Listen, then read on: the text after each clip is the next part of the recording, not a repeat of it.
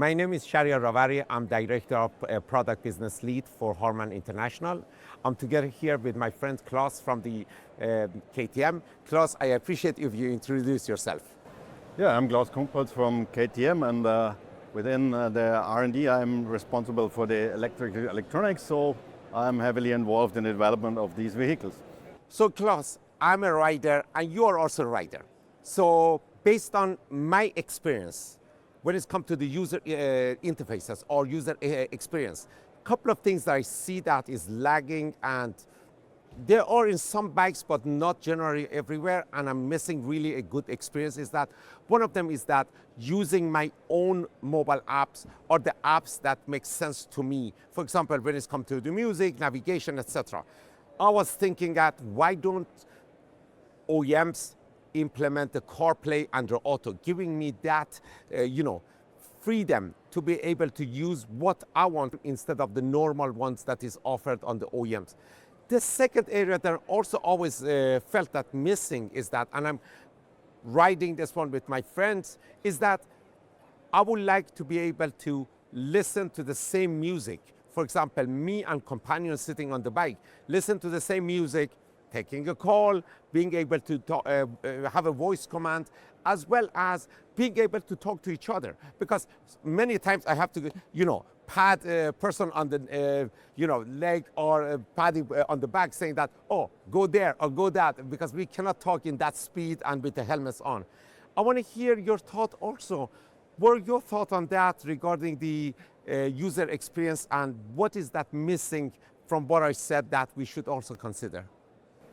Yeah, Jerry, I think you brought a lot of aspects here. So first of all, I really recommend you go and get such a bike. And you will enjoy music in two helmets. You will see that works already. So one of your, what you have been missing in the past, we made it for you. So go and get the bike, please. Sure. Enjoy that experience.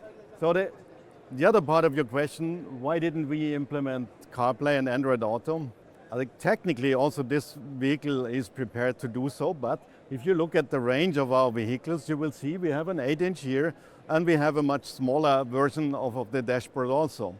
That means we could realize it on this big one, but we cannot on the small one, because there are restrictions coming from these big players in the market. They dictate what the size of the dashboard has to be. Compared to a car, we do have this little disadvantage that we only have one here. The car always has one in front of you, and the second one you can do whatever you want.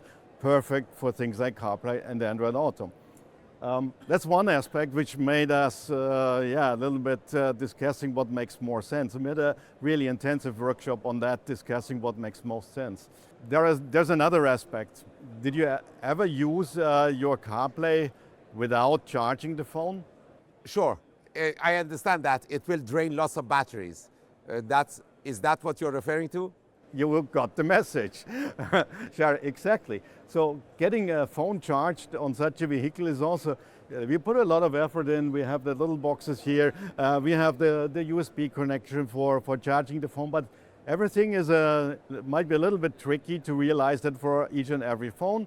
And the other thing is the size of the dashboard. So that was a problem. But what I see as your requirement, and something we need to take care of in the next step, is people might indeed want to use the apps they're used to.